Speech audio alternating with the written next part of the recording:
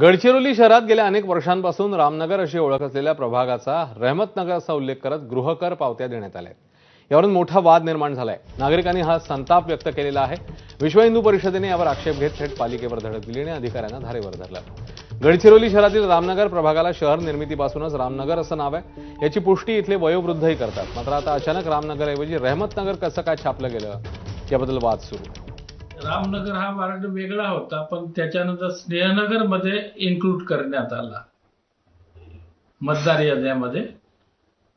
परंतु हे जे रहमतनगर हे चुकीने जरी दिलं असेल तरी पण ते बरोबर नाही आहे आणि हे रामनगरच राहील का या संबंधात मी सुद्धा बऱ्याच लोकांशी कॉन्टॅक्ट केला आणि त्यांचं सुद्धा म्हणणं हेच आहे का रामनगरच असायला पाहिजे। अशा प्रकारे जर त्यांनी रहमतनगर जर केला तर आम्ही निवेदन देऊ। सगळे लोक आम्ही मोर्चा नगरपालिकेवरती मोर्चा काढू।